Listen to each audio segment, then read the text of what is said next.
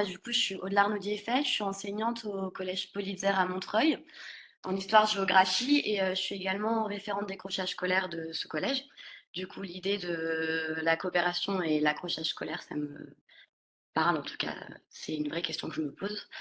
Et ça fait quelques années que je participe donc à des classes coopératives et depuis 2 ans au groupe de travail de la Cardi autour des pédagogies coopératives.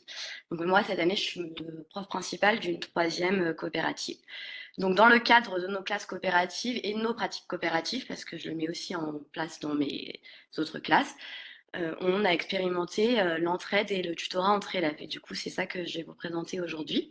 Comment ça peut aider, en tout cas favoriser, essayer de favoriser la persévérance scolaire.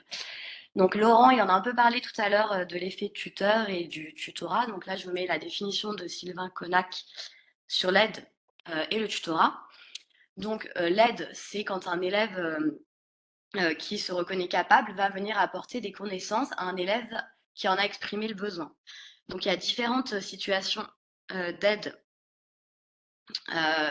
selon dans la classe. Donc il y a des situations d'aide informelles parce que pas organisées par l'enseignant. Donc c'est un moment où le camarade à côté va apporter une indication à son voisin, par exemple. Ou donc là, on est dans une relation asymétrique avec un élève qui sait mieux que celui d'à côté. Et on peut, enfin, pardon, excusez-moi, le but du tutorat, c'est de faire intervenir le professeur qui va apporter une formation à l'élève. Et du coup, on va rentrer dans le cadre formel. Et là, on reste dans des relations asymétriques avec un élève qui sait mieux que l'autre. Dans le cadre des pratiques coopératives, et dans le cadre de l'entraide, on peut aussi être dans des relations symétriques, c'est-à-dire des élèves qui travaillent ensemble et qui sont au même niveau, dans la même tâche. Et là, c'est aussi plutôt informel parce que l'enseignant laisse les élèves plus ou moins s'organiser tout seuls. Donc, le CNESCO a montré l'impact du tutorat qui est positif sur le tutoré et sur le tuteur, euh, aussi sur des élèves en situation de décrochage, à condition de faire attention à l'effet tuteur dont on a parlé tout à l'heure. Je n'arrive plus à bouger mon PowerPoint. Excusez-moi. Donc, je voulais juste revenir sur les aspects favorables du tutorat. En fait, le tutorat, ça va être bénéfique pour le tutoré parce qu'en fait, le tuteur, il va parler avec le même langage que l'élève qui va aider. Donc, il va y avoir un effet de congruence qui va permettre, en fait, d'expliquer, de se mettre à la place de l'élève qui va aider et aussi au niveau des expériences et des émotions, de pouvoir partager des obstacles et des difficultés qui rendent parfois plus facile l'aide quand elle vient d'un père plutôt que du professeur. Tout à l'heure, on a également, enfin Laurent vous a bien présenté les bénéfices que pouvait avoir le tutorat pour le tuteur, du coup à la fois au niveau de la mémorisation, mais aussi de la compréhension des mécanismes de l'apprentissage. Et du coup, donc c'est favorable pour le tuteur et pour le tutoré, mais il y a des risques dans le tutorat. Dans les risques auxquels il faut qu'on soit vigilant, c'est cet effet tuteur. C'est le fait que si c'est toujours le même élève qui se trouve en position de tutorat, enfin de tuteur, il va lui-même augmenter ses compétences. Mais par contre, l'élève qui est lui-même tout le temps tutoré ou en situation d'être aidé peut risquer de perdre de l'estime de soi et puis même à un moment de plus avoir envie de demander de l'aide. Donc, il faut vraiment être vigilant pour prévenir l'effet tuteur à cette réciprocité. C'est-à-dire qu'il faut que les élèves puissent à la fois être tuteurs et tutorés. Pour pouvoir en arriver à ça, c'est ce que disaient tout à l'heure mes collègues, en fait, ça s'apprend. Ça vient pas tout seul. Et donc, du coup, aider et être tuteur ou être tutoré, ça s'apprend. Donc, Sylvain Connac et puis les chercheurs qui ont travaillé sur la coopération et le tutorat ont proposé plusieurs méthodes. Nous, dans ma classe et avec mes collègues, on a tenté cette année 2 méthodes.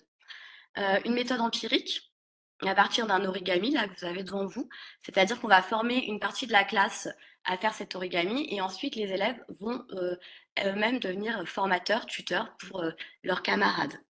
Lors de cette formation, on met en place des observateurs aussi qui vont ensuite, parce que l'idée c'est qu'on réfléchisse tous ensemble en classe ensuite à qu'est-ce qui m'a aidé, qu'est-ce que j'ai pas, enfin qu'est-ce qui a fait obstacle ou aussi comment j'ai fait pour aider, est-ce que j'ai rencontré des difficultés à transmettre cette aide pour revenir ensuite à comment est-ce qu'on aide ou comment on demande de l'aide ou on accueille de l'aide.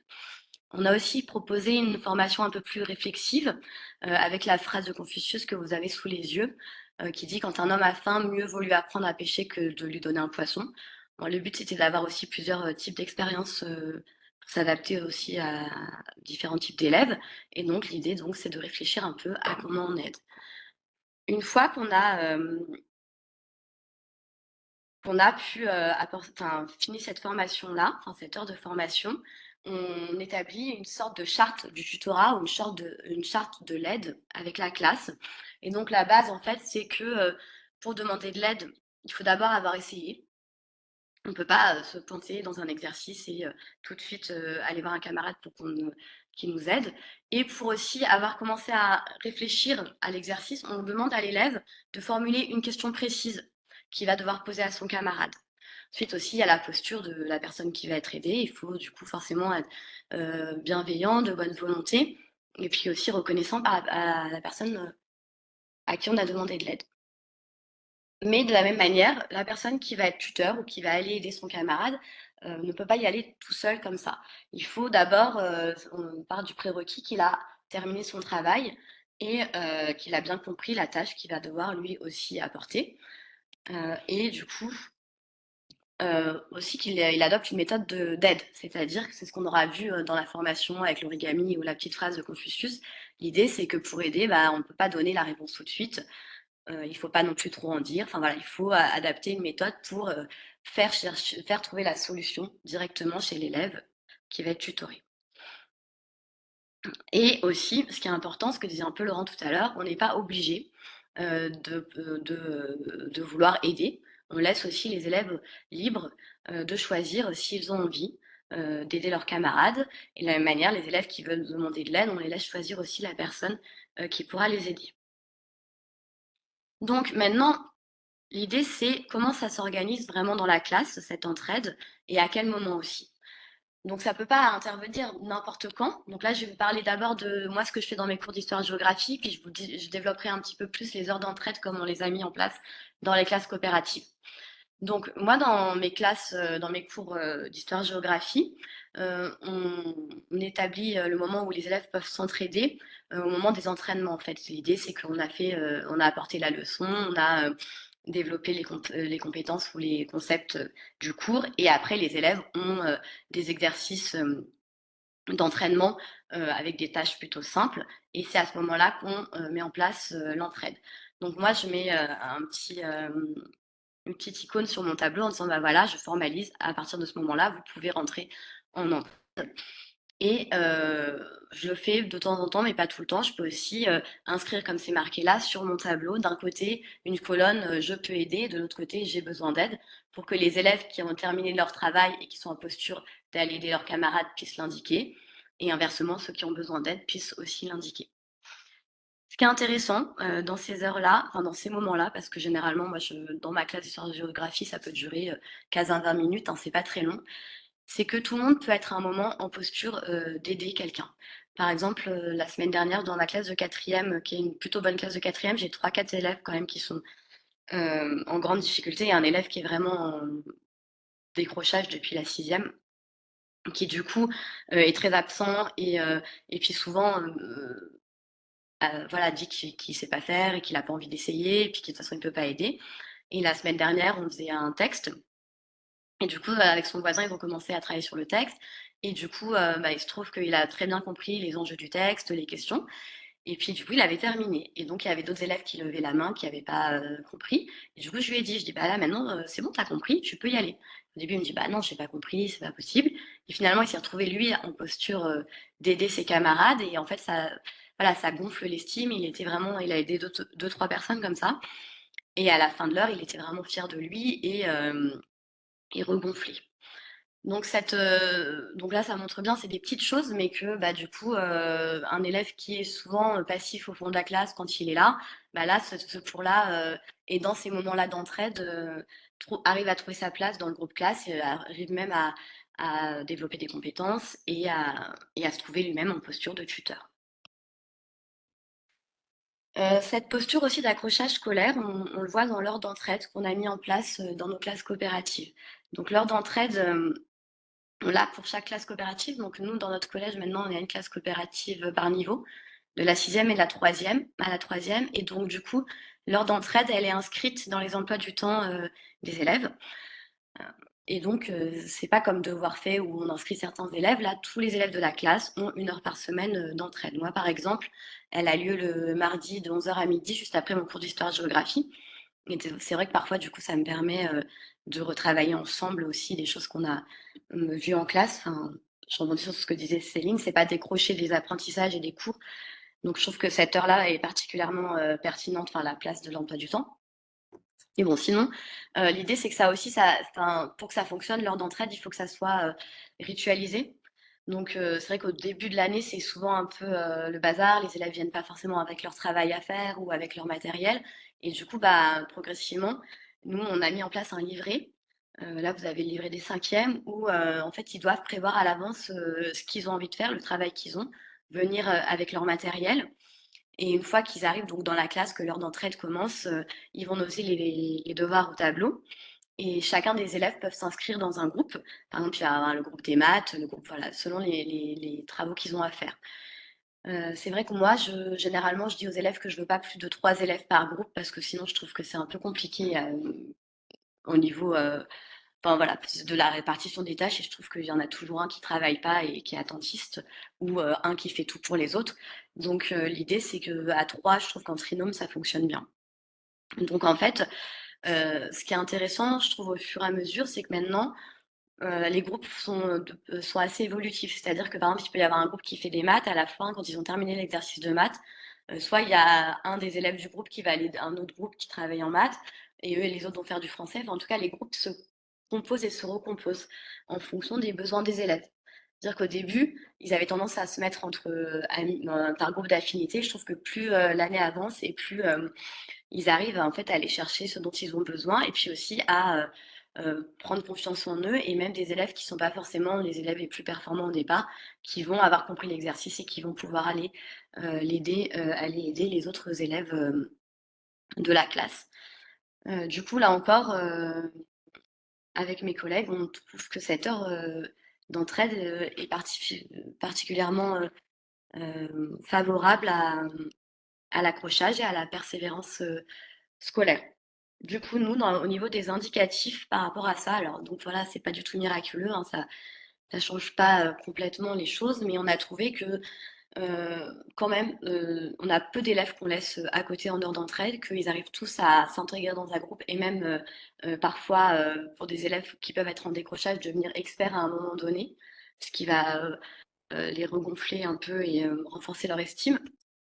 Tout à l'heure, Céline, elle parlait d'absentéisme, et c'est vrai que nous, on trouve que de manière générale, les classes dans lesquelles on adopte des pratiques coopératives, on a un peu moins d'absentéisme. Et notamment aux heures d'entraide, moi, ça m'arrive d'avoir des élèves de troisième qui viennent pas à mon cours d'histoire, mais qui par contre vont venir parce qu'ils ont un travail à faire et qui vont venir spécifiquement pour ça. Et pas que des bons élèves, aussi des élèves qui d'habitude ne font pas leur travail.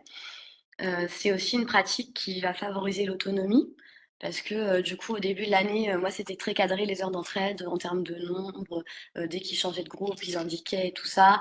Et là, plus l'année avance et plus finalement, ils sont autonomes, dans l'organisation, et de leur travail, mais aussi de l'espace dans la classe. Ils changent le mobilier, ils vont se mettre dans un coin et aussi au niveau de l'évolution des groupes.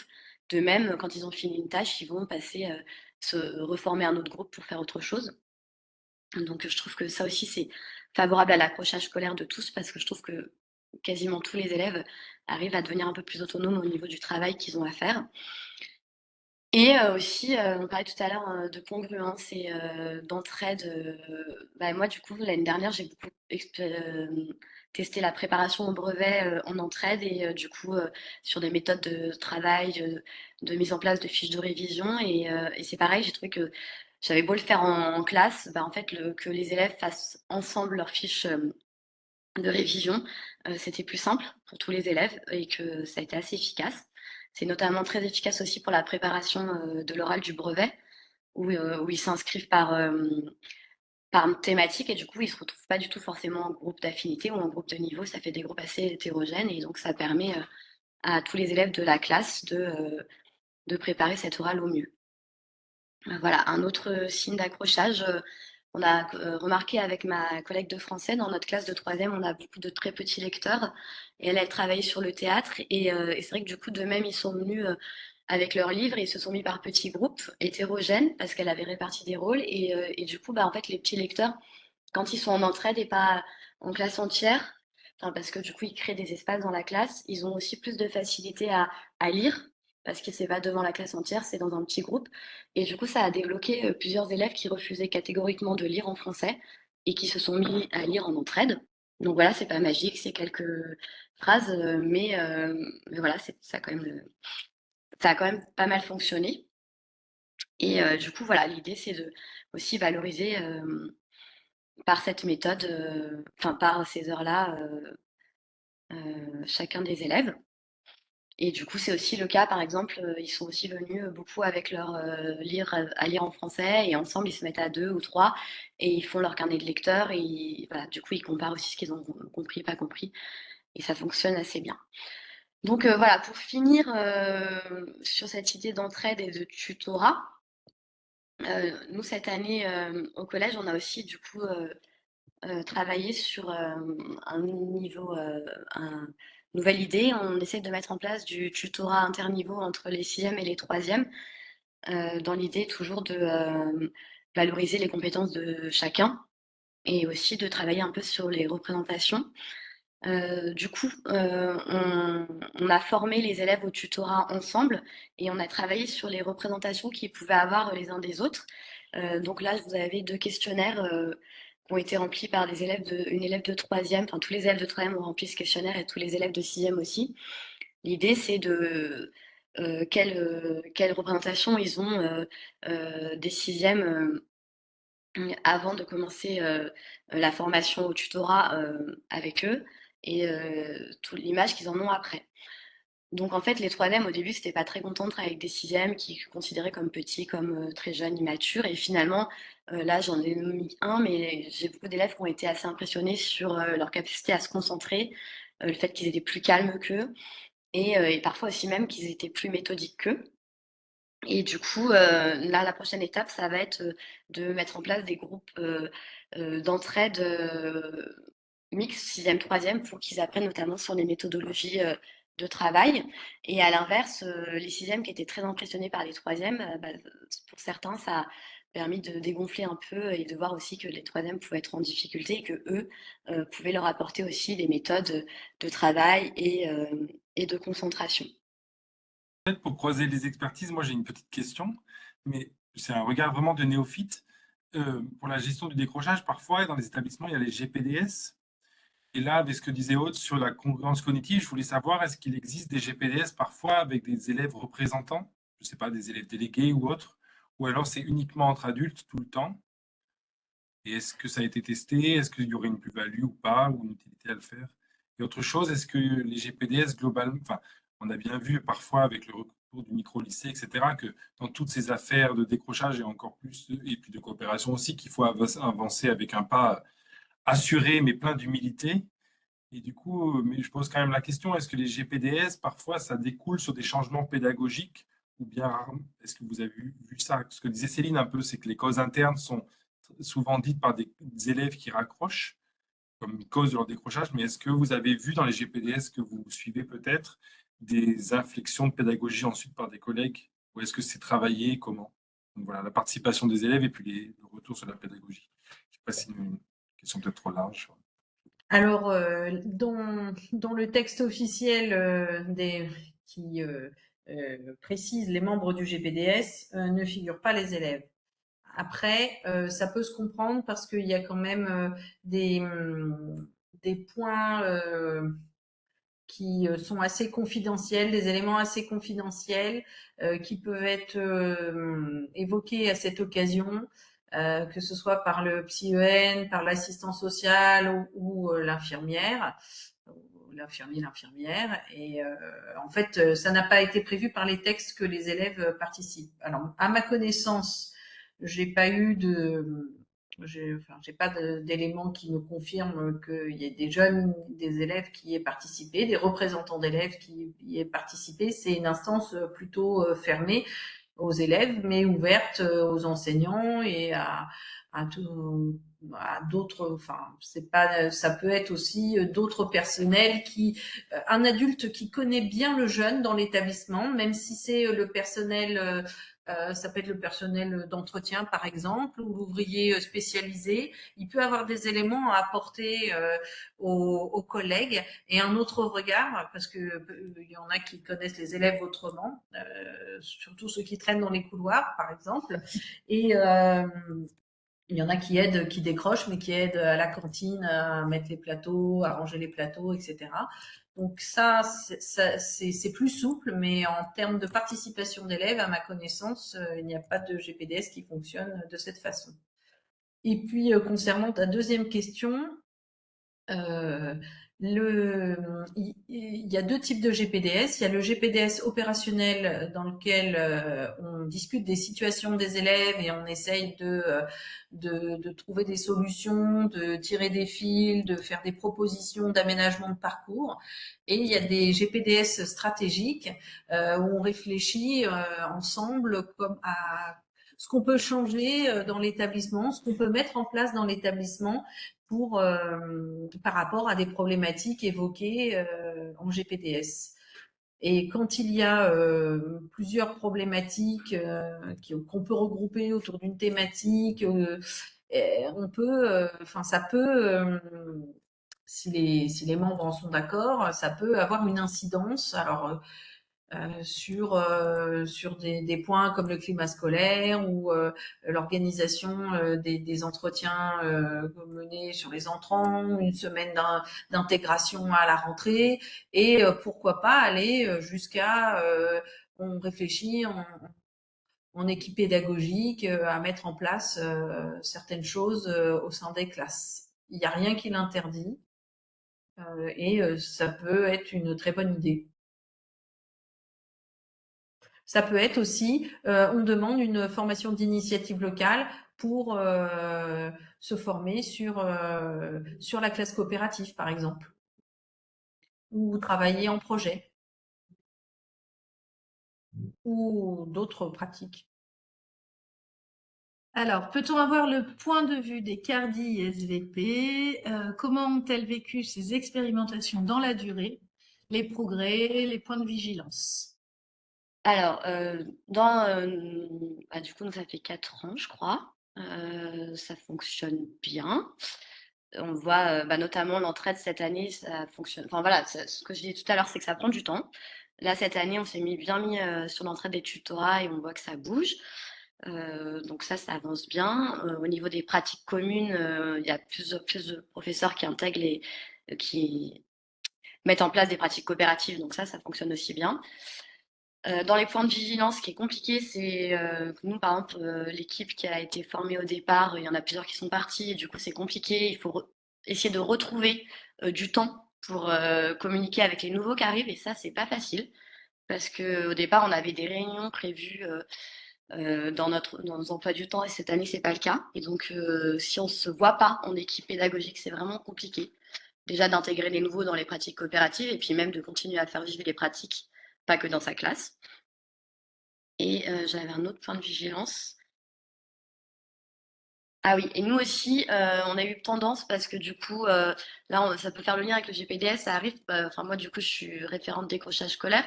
Du coup, je participe au GPDS et c'est vrai que ça arrive parfois que du coup, on se dise, ah bah tiens, lui, dans la classe COP, ça serait bien, et que finalement, il y a des années, on se retrouve avec des classes COP compliquées parce qu'avec beaucoup d'élèves difficiles ou en décrochage, et que du coup, finalement, voilà, cette année, on s'est dit, on fait plus ça et on met la classe coopérative sur une classe complètement anonyme pour éviter d'avoir des classes un peu à profil aussi.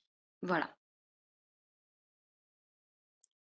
Je partage tout ce qu'a dit Aude. Je rajouterai une mini chose sur les points de vigilance. C'est de faire attention on l'a déjà dit, la posture de l'enseignant, mais il peut y avoir une forme parfois de militantisme. On veut absolument que les élèves coopèrent, on veut absolument que tout le monde coopère. Et je pense qu'en équipe, c'est la place qu'on fait aux nouvelles idées. et à tous les types de pédagogie qui permet que le projet se maintienne. Quand on est trop dogmatique, quand on laisse pas cette place-là, il y a toutes les chances que le projet s'écroule. Et je pense que cette ouverture et justement ces temps d'échange en équipe pour réinventer tout le temps nos pédagogies, c'est vraiment ce qui permet que le projet dure et c'est ce que permettent aussi les CARDI dans leur accompagnement. C'est de laisser cette place et cette animation du collectif. Une question aussi de manière plus concrète sur l'heure d'entraide dont tu as parlé, Aude, et puis je pense que Céline aussi vous faites. C'est comment concrètement c'est rémunéré, quoi. Est-ce que c'est financé sur l'heure d'autonomie? Est-ce que c'est dans les programmes? Voilà. Nous, l'heure d'entraide, elle est financée sur devoir fait. Du coup, voilà, c'est en HSE. Nous, j'ai plus tous les détails en tête, mais je sais qu'une partie est financée sur l'EMC, c'est-à-dire que nos élèves en classe coopérative n'ont pas, en fait, n'ont pas de EMC. C'est un grand mot, on essaye qu'ils vivent l'EMC à travers ces dispositifs de conseil d'élèves et d'heures d'entraide. Et donc, par exemple, moi qui suis sur une des classes COP, je suis payée, enfin, dans mon service, il y a l'EMC pour les secondes. Mais en fait, sur cette EMC, je fais heure d'entrée des classes COP et les autres collègues sont payés en HSE. Ça dépend des années. Parfois, il y a un peu de financement pour les HSA. Voilà, ça dépend un peu des. Ça, c'était pas toujours la même chose selon les années.